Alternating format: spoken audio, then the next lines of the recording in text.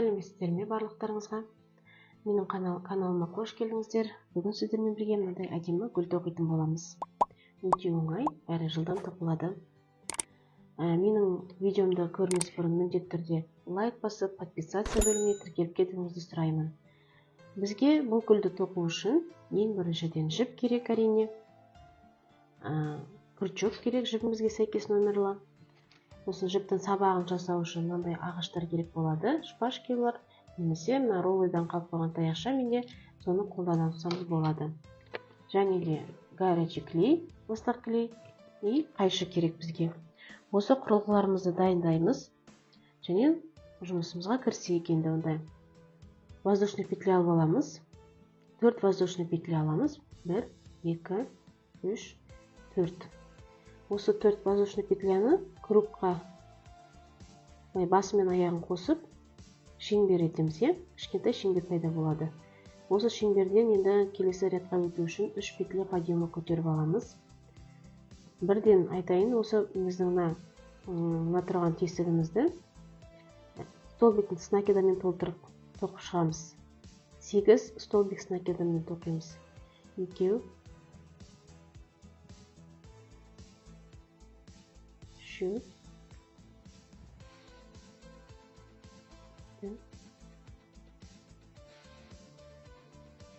5, 6,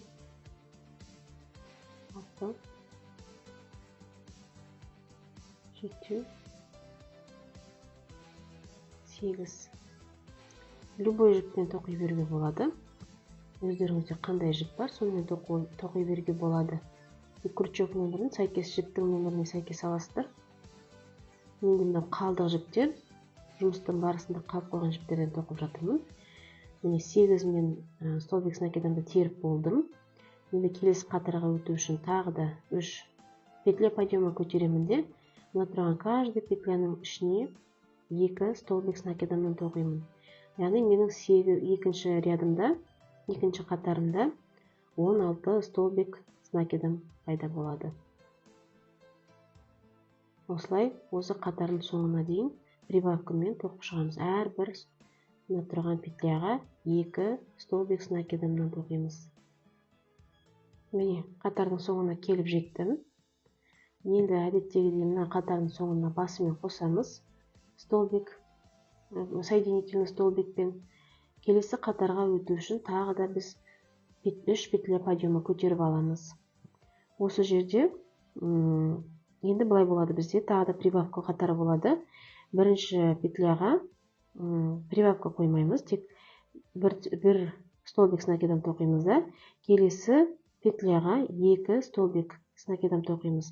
Яғни біреуін без прибавки, екіншісіне прибавка саламыз, яғни кезектесіп тоқимыз осылай. 2 столбик с накидам тоқимын на петляға, мынаған біреу, келесіне 2. Осылай осы қатардың соңына дейін өз бетімізше тоқып шығайық. Біз қатардың соңында кездесеміз.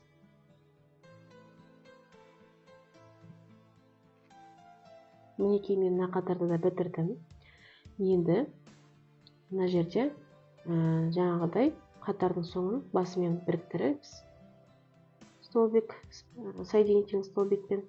Ендігі қатарда ешқандай прибавкасыз тап осындай столбик с накидамен жүретін 3 қатар тоқып шығамыз. 6 рядты біткеннен кейін кездесеміз.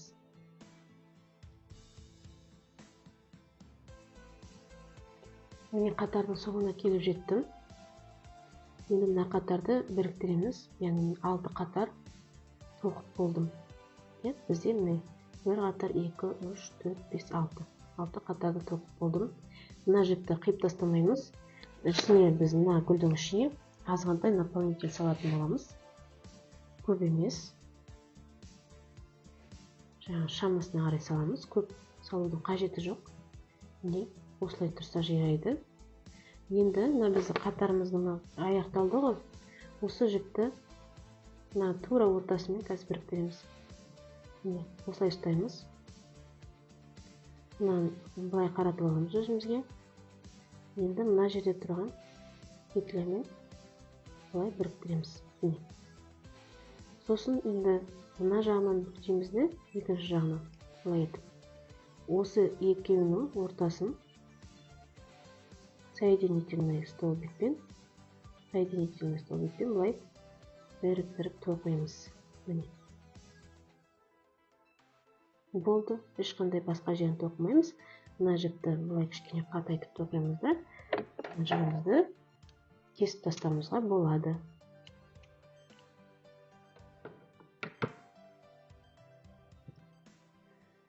Енді бұл қалдық жіпті, мына тұрған біздегі жіптің соңын ішіне қарай бөліп, қазір жасырып тастаймыз. Мына кішкене қаттырақ байлап жіберейін тағы.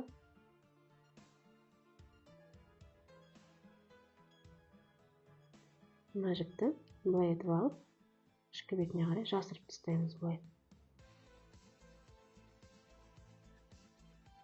Міне біздің гүліміздің басы дайын. Енді мына тұрған жаңағы менде роллидан қалған таяқшаны пайдаланып жатырмын. Мына біздің басындағы жасаған жаңағы петлямызға кигізуі өте оңай. Былай кигізіп қоямыз.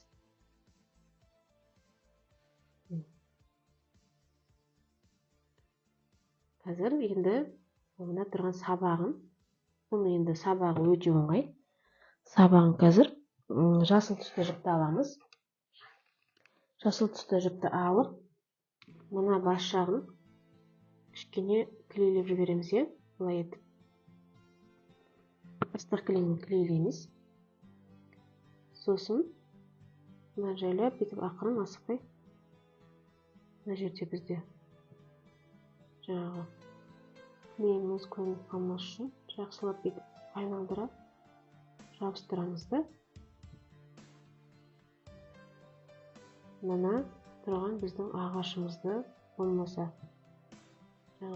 таяқшамызды, немесе шпажкамызды әдемілеп былай айналдырып шығамыз. Ровный қылып айналдырып жауып шығамыз.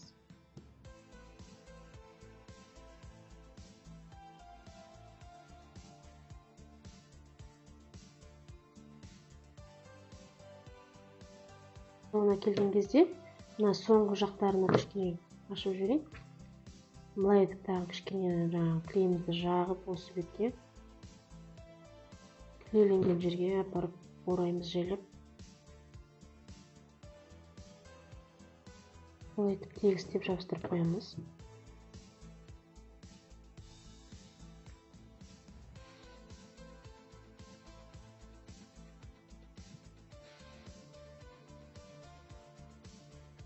Мінекей.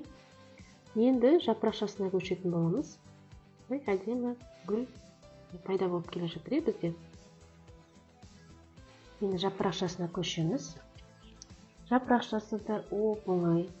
18 петля аламыз воздушный. 1, 2, 3, 4, 5, 6, 7, 8, 9, 11, 12, 13, 14, 15, 16, 17, 18 петля аламыз міне. Немесе одан да ұзын керек болса, ұзын жапырақша керек болса, одан ұзын тағы да бір 3-4 петля алуға болады. Енді столбик, қазір столбик с накидом тоқимыз, сол үшін накид кигізіп аламыз.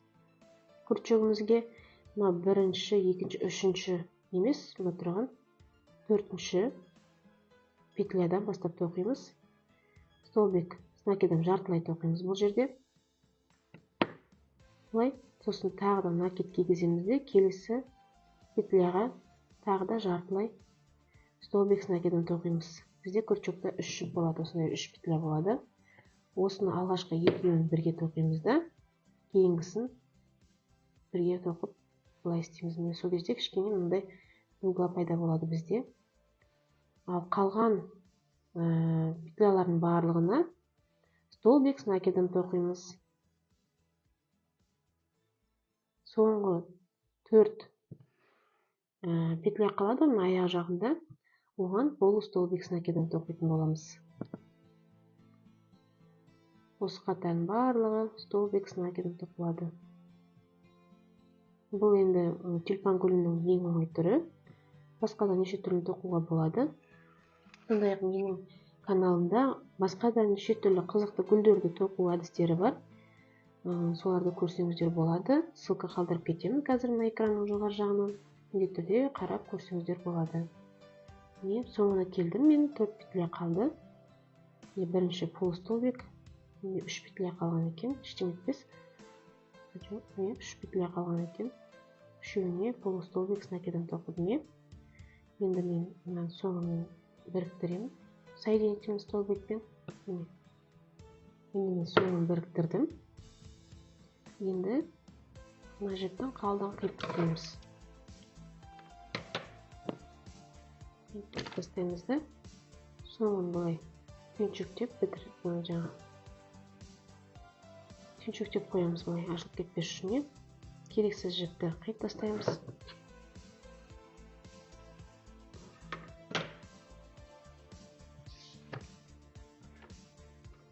Сосын мына жіптің қалдығын мен былай горячий клеймен жасырдым жайлап. Ішке қарай, ішкі бетіне, яғни мынау теріс және оң беті көрініп тұрады өзі. Мынау оң беті, тоқыманың мынау теріс беті. Енді мына гүлімізге жабыстырамыз қазір. Бұны да барлығын жабыстыра саламыз. Ыстық клейміз болса болған бізде.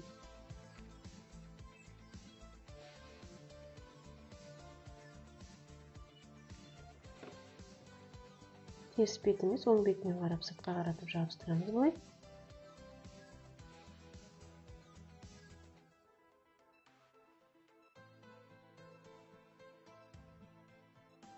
Әдемі етіп жабыстырамыз. Тап осындай екінші жапырақшасын жасаймыз.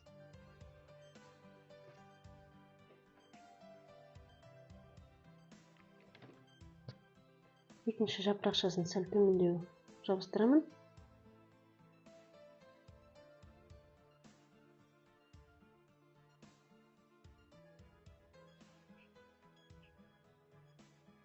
Артық клейдің жабысындылары болса алып тастаймыз.